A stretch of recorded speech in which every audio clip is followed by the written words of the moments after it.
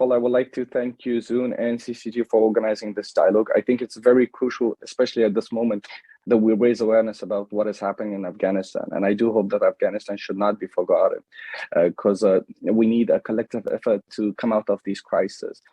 Before going into the role of the youth, I still want to go and talk about what are the reasons behind this crisis, because I think we are on the verge of repeating the same mistakes as we did before.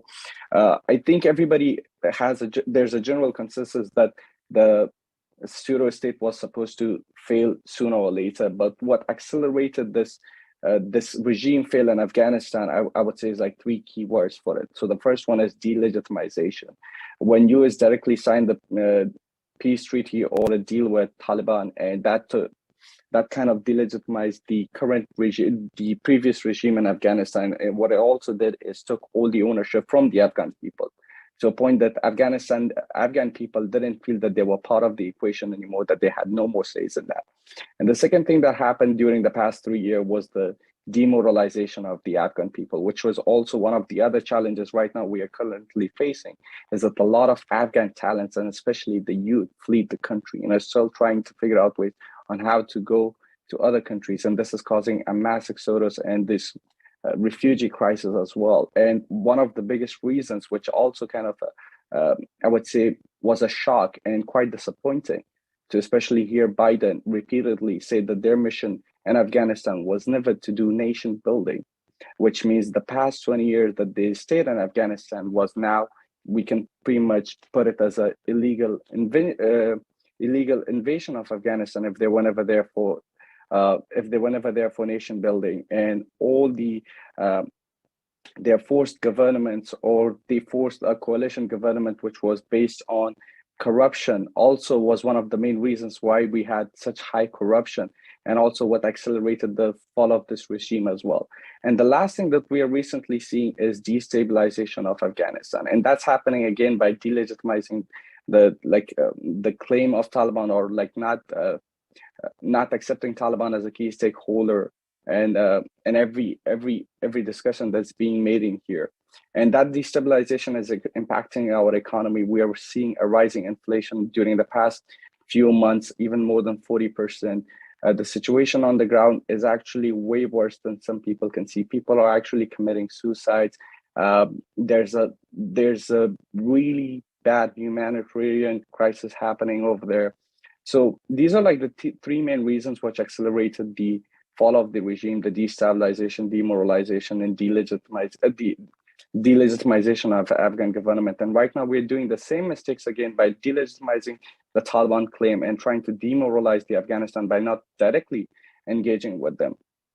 And the next question would be, is like, how what certain steps have been taken. I think everybody talked about the humanitarian support, but what I want to focus is the trade support as well. I do hope, despite what happens, we still have like open channels with Afghanistan and engage in trade. Just one example, I was talking to a friend, a trader in Shanghai, and he told me that every carpet sold in here feeds 200 family in Afghanistan for a month. So I think long-term solution is especially, trade under the framework of Belt and Road. So that is very important. And the last one, focusing on the role of the youth. They play a very crucial role in the future of Afghanistan. But right now, one of the biggest challenges for youth is we don't have a youth-centric culture in our countries. Like, youth doesn't have a lot of sayings, or doesn't have a lot of authority or power to contribute to some of the policies which are happening, to some of the causes which are being done. So I think one of the good things that can be happen is, I think, a CEO or Scholar or this kind of organization is a very good platform for youth to showcase their talents and how they can create impact on a very large level.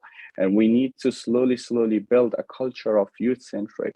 And that culture can also empower the youth and educate them. And also, it's extremely crucial for the youth to advocate for transparency, accountability, and strive to build mechanisms that can actually hold the different stakeholders accountable. And also, youth should also have a very future-oriented approach toward the nation building. Last thing I want to say is, like, for the past, both of the times why the Ashraf Ghani regime failed, and why right now the Taliban, what they're facing the challenge that they're facing is lack of narrative, lack of a common narrative, or lack of a common mission between them. And we see that is one of the leading factor why the Ashraf Ghani government failed, because they never could provide a proper description of what is their idea of republic. Or the same thing is happening with Taliban. They have, despite saying Islamic government, they don't have a proper a translation or definition of what is Islamic government. And the best thing for youth can be is like they need to come together and try to define what are the values of being Afghan, and define a common mission for Afghanistan, and have a common vision for the future of Afghanistan.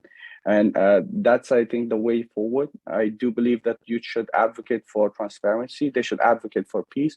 They should advocate for dialogue. And through those dialogues, we can then finally find a long-lasting and a stable solution for our country.